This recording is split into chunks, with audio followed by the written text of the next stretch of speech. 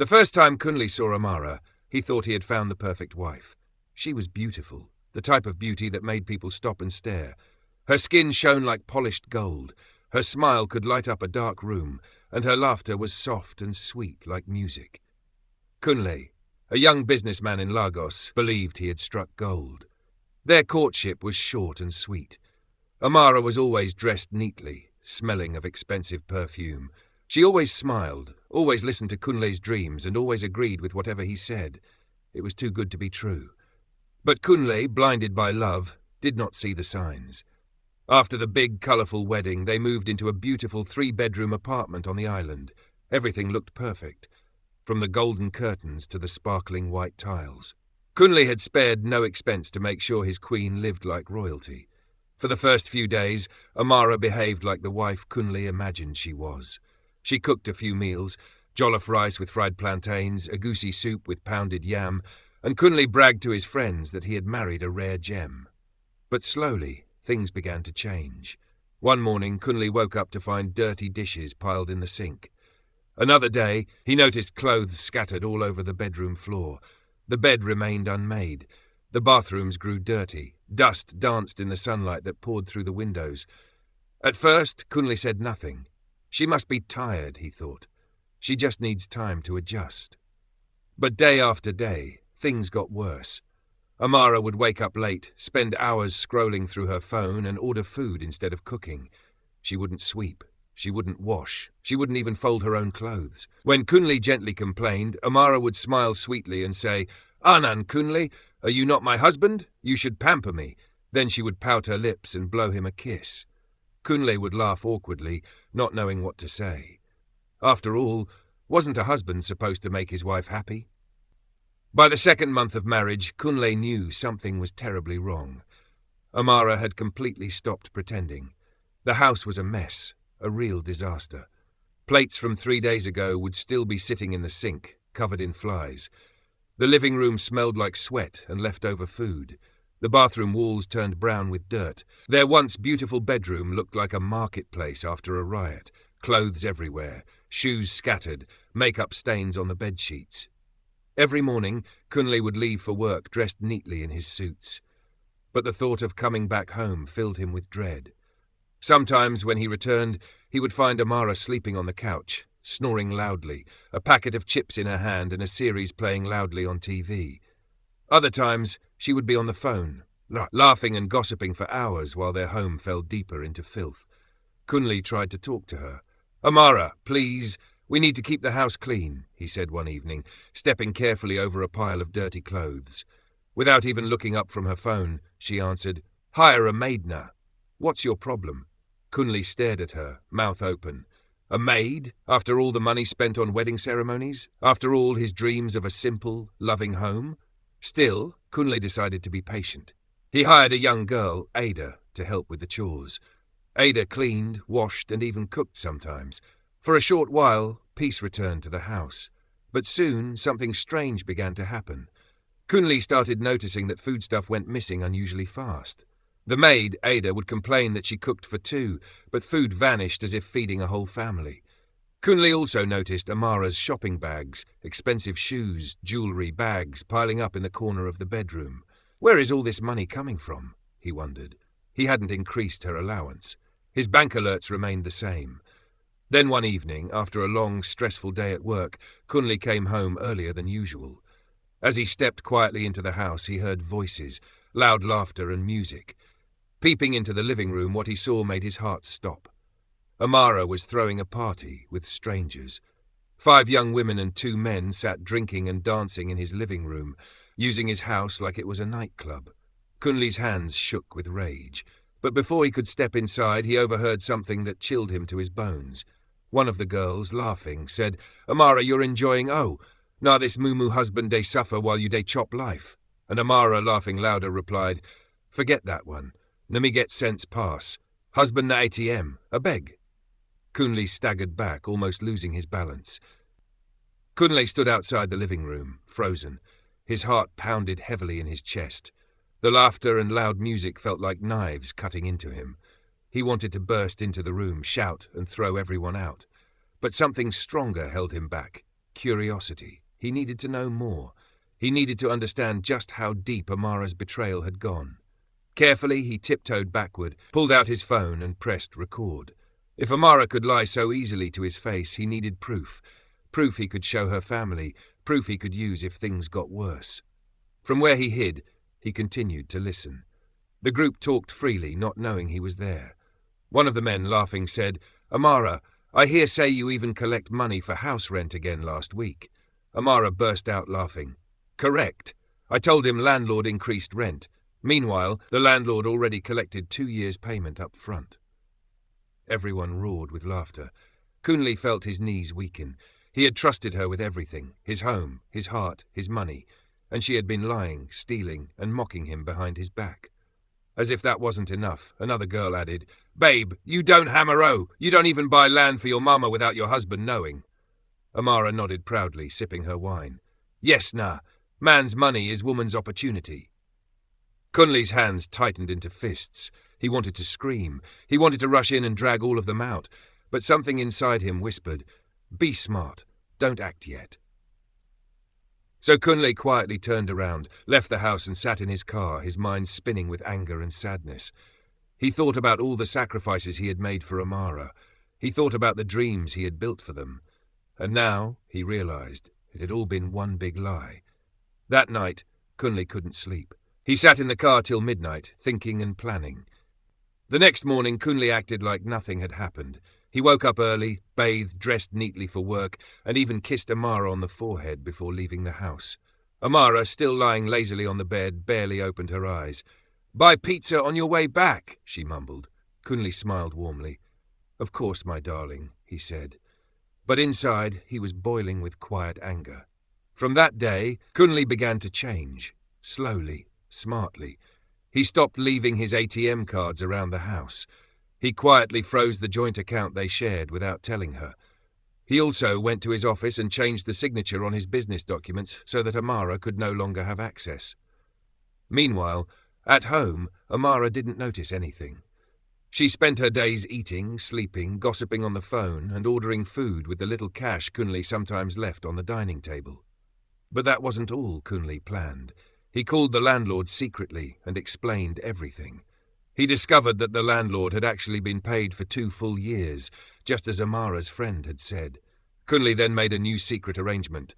In a few weeks, they would move out, but Amara wouldn't know. Kunle also spoke quietly to the young maid Ada. He paid Ada extra money to secretly report everything Amara did while he was away. Ada, happy to earn more, agreed immediately. Kunle found out that every afternoon, Amara hosted friends at the house, drinking, smoking, and wasting food.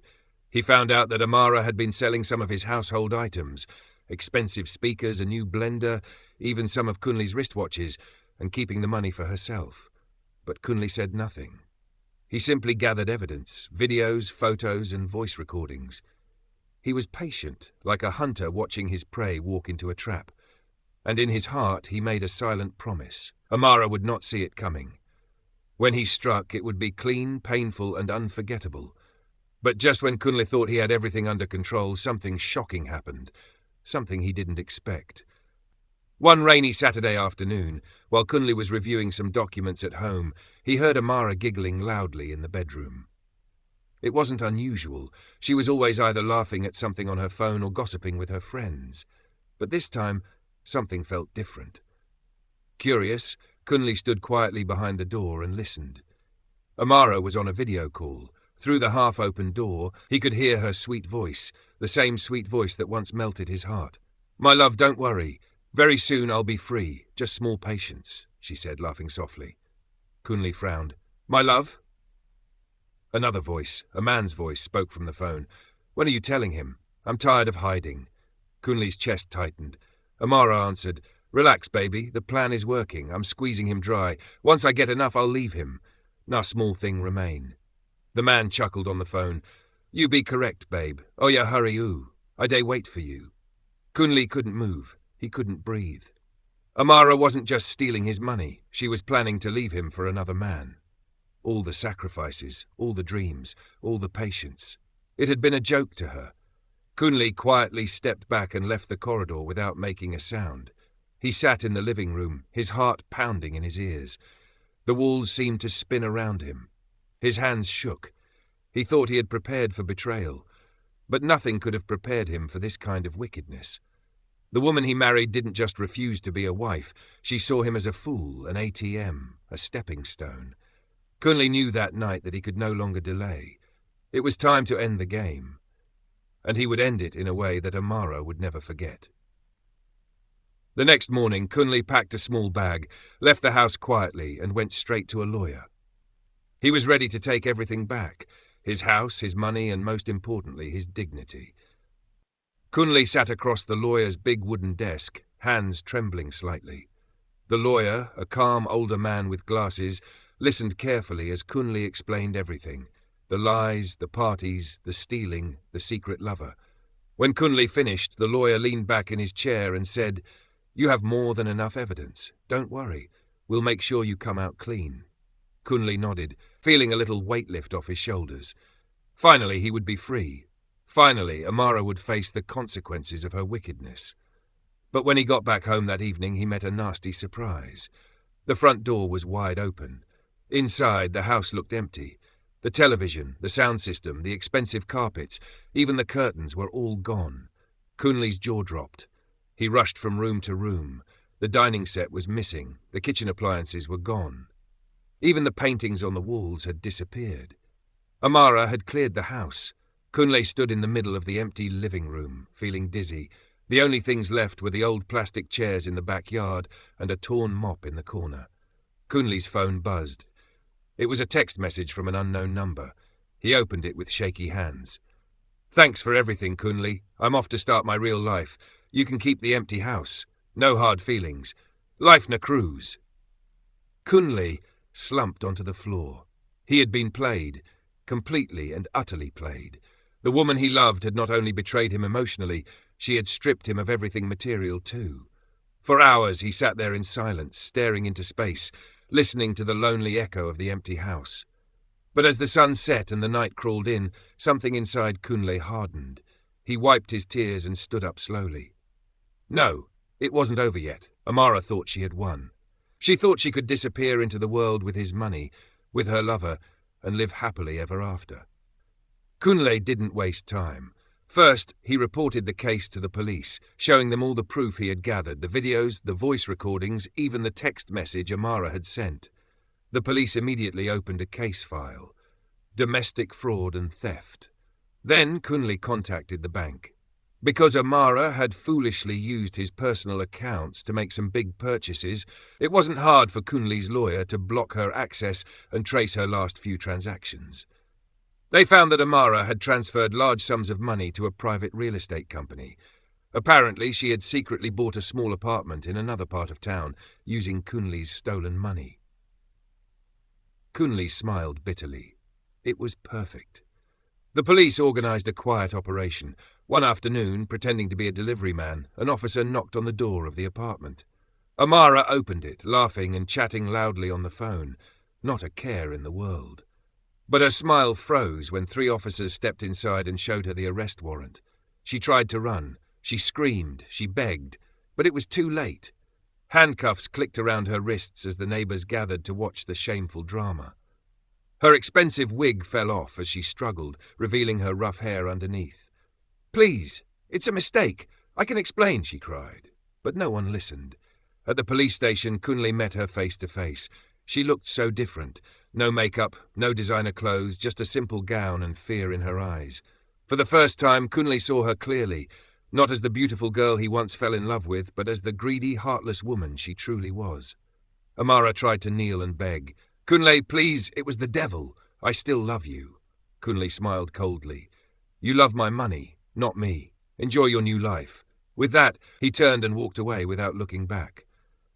3 weeks after Amara's arrest, Kunle's life slowly began to return to normal. He cleaned up the house, replaced some furniture, and went back to focusing on his work. Peace slowly returned to his heart. He told himself he had moved on. But just when he thought the nightmare was over, he received a phone call one morning from a strange number. "Mr. Kunle Adeyemi?" the female voice asked. "Yes. Who's this?" Kunle replied, confused. "I'm calling from City Hospital," the voice said. "We need you to come immediately. It's about Mrs. Amara Adeyemi." Kunle's heart sank. "What now?" he muttered, grabbing his car keys and rushing out of the house. At the hospital, the nurse led him to a private room. There, lying weakly on the hospital bed, was Amara. She looked like a shadow of herself, pale, thin, with tears streaming down her cheeks. Kunle stood at the door, cold and stiff.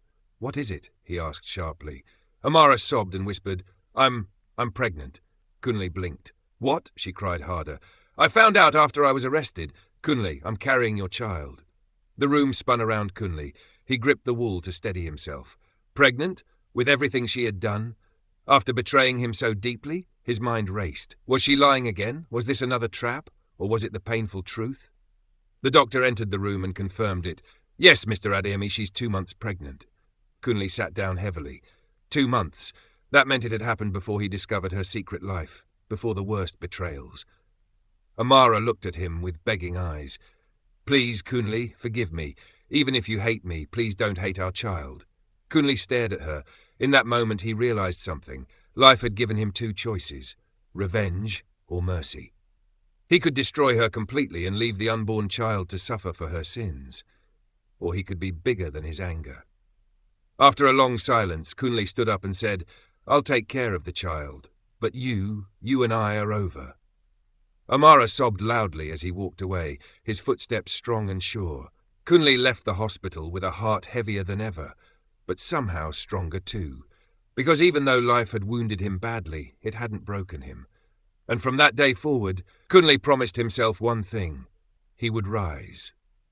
He would rebuild. He would love again, but never blindly. And above all, he would never let anyone make him a fool again. Hey everyone, thanks so much for watching. If you enjoyed the video, please give it a like and drop a comment. I'd love to hear your thoughts. And don't forget to subscribe to the channel for more amazing content. Thanks, and stay blessed.